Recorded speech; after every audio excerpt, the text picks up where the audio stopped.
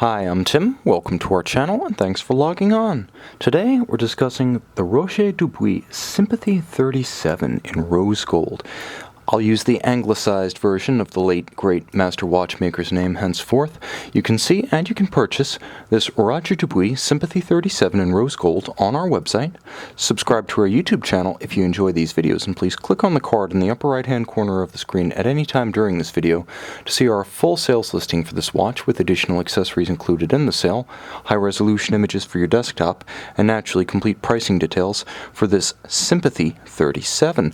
Now the watch on my wrist represents perhaps the quintessential early Roger Dubuis piece. The company established as Sogem under Roger Dubuis and Carlos Diaz in 1995 initially produced two distinctive lines: the remarkably fluid and exuberant Sympathie line, and the more traditional round bezel, round crystal, round case homage line.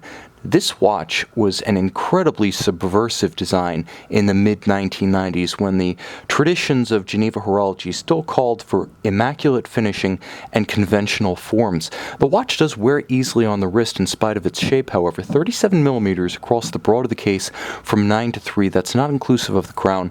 Thanks to the caliber RD57 inside, it is a slim watch, 7.8 millimeters thick. You can see the slope of the case flank and the bezel means this is an easy watch to wear underneath any kind of tight sleeve or formal cuff. Lug to lug, despite the large, expansive, flowing lugs, it is a very wearable 47 millimeters across the wrist. So in my estimate, you could wear this watch on a wrist as small as 13.5 centimeters in circumference. It does have substance and heft to it, largely thanks to the thick frame around the dial and the expressive extended lugs, which carry a great deal of visual and physical mass. Substantial is the word. However, they are unconstrained. You can see the strap is not pinned against the flank of the case, nor does it have any kind of lingering stiffness as the result of the use of these robust and premium fixing screws rather than cheaper spring bars. You can easily bend the strap around a smaller wrist, and it is a high-quality piece. Roger Dubuis factory equipment, small scale, black alligator. It's rare that we see both small scale and a seamless stitch on a dress watch strap. It's a pleasing tandem, and you can see the matte finish makes this one play as more understated. Now, the watch does feature a matching and quite deluxe Roger Dubuis pin buckle, which is anything but a generic piece. It's as distinctive as the case itself. You can see the watch features many types of finish. There's a vertical satin grain that is on the case band and the adjacent lug profiles, although the tops, the hoods of the lugs, as well as the fixing screws and the bezel are all of high polish for contrast. You can see the watch appears almost as if it's a mass of fluid metal, molten gold being drawn out in so many directions. There's a visual tension and energy in this watch that's absent in the Homage series with their more conventional shapes. This is a watch by the late great Roger Dubuis' own claim that was designed principally by valet de jeu artisans and then ultimately produced by Sogem. Laborious. Everything had to be fitted by hand, the bezel to the case, the crystal to the bezel, such that before too long, after approximately the first 3 years, the company just gave up on the shaped sapphire and used a shaped case with a conventional round sapphire, so these earliest models are the most collectible. You'll also note that there's a beautiful tritone to the dial. Not so much white, red, and black as a beautifully reflective metallic silver with red accents and a black base. Now it's lacquered for a deep glossy finish. You'll also note that there's a wonderful recurring sort of repeating texture at the center. It's directional, it's raised, it has a different reflective quality to it than the hour track.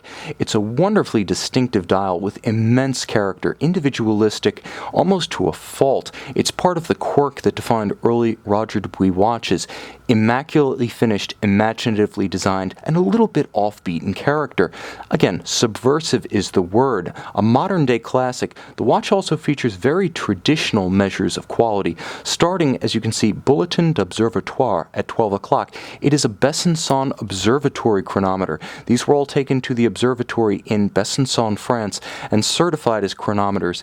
Again, Roger Dubuis looking back to the pocket watch era there, and with the Geneva hallmark stamped on the movement, very much in tune with the finishing standards of Geneva, dating back to late medieval times, but via the Geneva hallmark, the standards set in place and elaborated since the 1880s. Now you can see all of the standards are present and correct. The movement is a Dubuis caliber RD57. It's based on the ultra-thin Longines L990 architecture. You can see linear Côte de Genève across the winding mass, richly textured, with a filigree-style rose gold RD logo inset. You can see linear Côte de Genève across the bridges, black polish on the Geneva-style stud holder, as well as the swan's neck fine adjustment mechanism. All of the screw heads, you can see, are not blued. Absolutely nothing is done to hide any imperfections, as there are none.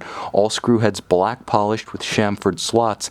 You can see some of the measures that allowed the watch to be as extraordinarily thin, namely the thin caliber and the dual mainspring barrels, including one mainspring barrel open. Again, this is what ultra-thin automatic watchmaking looks like, with a 44 to 45 hour power reserve and a very even torque release across the entirety of that reserve de marche, thanks to the twin mainspring barrels, which improve accuracy over time.